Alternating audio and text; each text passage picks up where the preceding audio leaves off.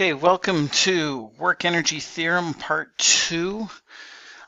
We've been going through some examples here, and so we're going to continue on taking a look at the second example. If we got a 985 kilogram car traveling at a velocity of 12 meters per second, how much work is required to stop it? Well, again, work is just equal to the change in energy. The difference here is that we're starting with a velocity of 12 meters per second, and ideally we should have a direction here. But the amount of energy is going to be a scalar quantity anyway, so it's not going to be a significant problem.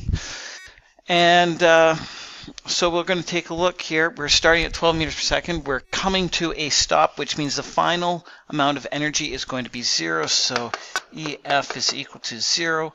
The initial amount of energy is going to be dictated by 1/2 mv squared. It's the kinetic energy.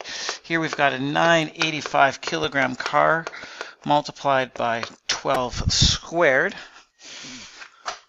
So 1/2 times 985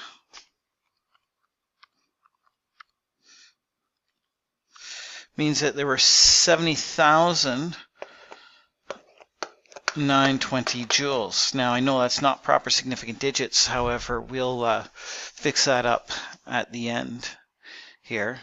Well, actually that is the end really, because the change in energy is just going to be that final amount of energy minus the initial amount of energy.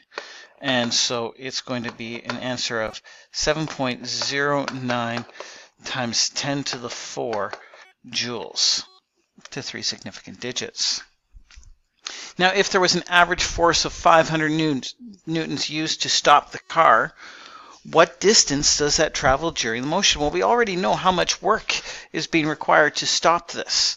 So really, we're just taking that force multiplied by the distance is going to get you equal to that 7.09 times 10 to the 4 joules. That is the amount of work that is being done in order to stop this. We've got a force of 500 newtons times the distance, 7.09 times 10 to the 4 joules, and really you're just therefore dividing by 500. That distance is going to be rounded to 142 newtons to 3 significant digits. And so again, we're just using the fact that we can use the change in energy and the amount of work essentially interchangeably within this equation. So as we move on, we've got a third example here. And the third example, so we've got a 5 Newton object that's traveling in the air with the force of 9 newtons, right? Throwing the 5 Newton object, so we've got a 5 Newton object, 5.0 newtons, but a force of 9.0 newtons is being applied to this object. In this case here, the amount of work being done, the question usually I get asked is, which force do I use, the 9 or the 5? Well, the answer is in fact both, because really the amount of work being done is going to be based on the net force that this object is going to be obtaining. And so the difference here is 4.0 newtons of force is what we're going to be used in our force. So work being equal to the change in energy. Again, we're starting with an initial velocity of 0, and therefore the initial energy is 0. Force times distance gets us the change in energy, and so we'll take that 4 newtons, 4.0 newtons, multiply it by 0.45 meters in order to get that change in energy, which is really going to get you the final energy. Right, so 1.8 joules gets you the change in energy, and because the initial energy is, that's actually going to get you the final energy. So now we know it's 1.8 joules. We know it's a 5 Newton object, which gets you the force of gravity. To find the final final velocity, we're going to just take that energy, 1/2 mv squared. Oh no, mass, we don't have mass. Well, in fact, we've got a weight of 5 newtons, so we should be able to calculate that mass. Coming back here, that 5 newton weight, we're going to be taking a look at force of gravity is just mg, and so really you're just dividing that 5 by 9.81. Right, so a mass of 0.509 blah blah blah kilograms. We'll want to be keeping that calculator answer 1.812, a mass of 0.509 v squared. We're looking for the velocity, and so we'll multiply that by half.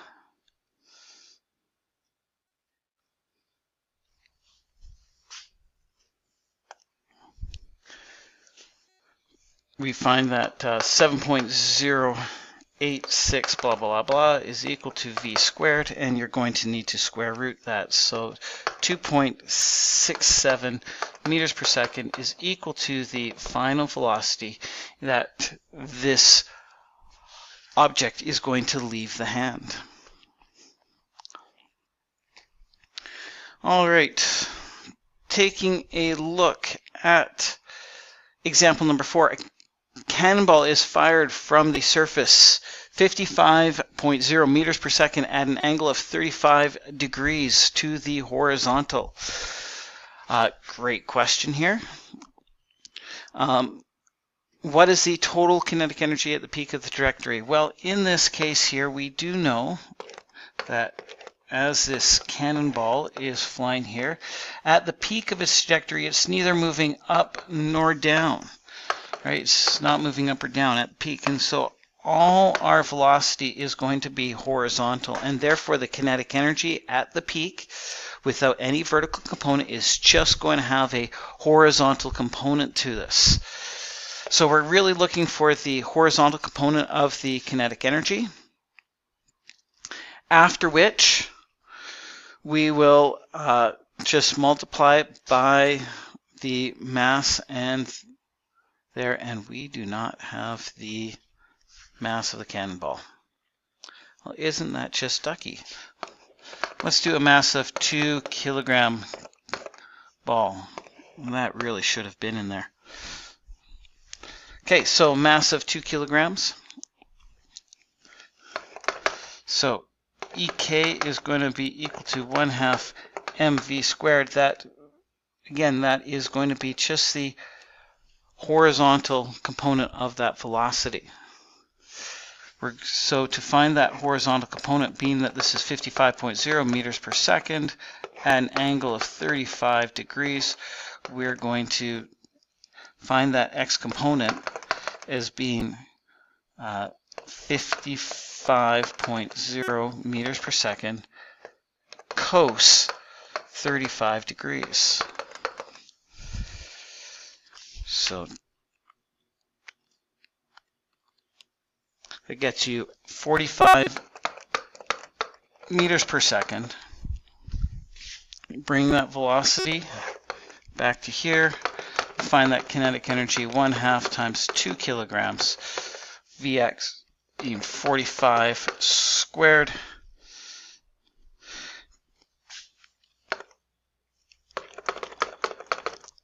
And we wind up with 2.03 times 10 to the 3 joules of kinetic energy. And that's because we're using the horizontal component. Next question, next part of this question B is the total potential energy at the peak of the trajectory. Well, in this case here, we're going to need to really figure out what the height is. Again, we've got that 55.0 meters per second, 35 degrees. The height, or the Vy, this is actually going to just get us the initial velocity in the y direction. I'm using that as 55 sine 35 because we know that this is going to be affected by gravity. So that initial velocity is going to be coming up at 31.5 meters per second. We know that and that is positive, it's moving up. Acceleration is going to be negative 9.81 meters per second squared because gravity is working down and we assume we are on the Earth. We also know that the final velocity is going to be 0, and really we are looking for the displacement here. We don't know how long this is going to be in the air, but we should be able to figure this out without needing to know the time, because Vf squared is equal to Vi squared plus 2AD. Final velocity being 0 squared is equal to the initial velocity squared of 31.5 meters per second squared, 2 times negative 9.81 d. That 31.5 squared is 995.19, and it's negative as we subtract it over to the side. Negative 19.62, that's the 2 times the 9.81. And so dividing by 19.62, we find that it has a height of 50.7 meters as being the displacemental travel going from ground level up. That is what we are needing to find the potential energy. And again, we did state at the beginning that this was a 2 kilogram ball, and so we'll take that height, which we found, multiply it by 9.8, 2 kilograms, 9.81 negative, but it's energy, so the vector really isn't a factor here. 50.7.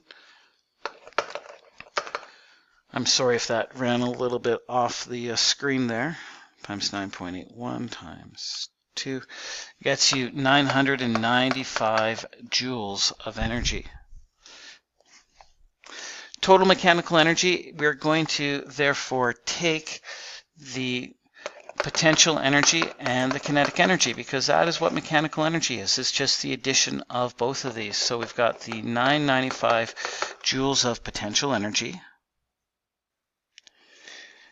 and we're going to add to that the 2.03 times 10 to the 3 joules. Now we really should be keeping our full calculator answers for all of this, because we're going to wind up with an answer of 3.03 times 10 to the 3 joules, again to 3 significant digits.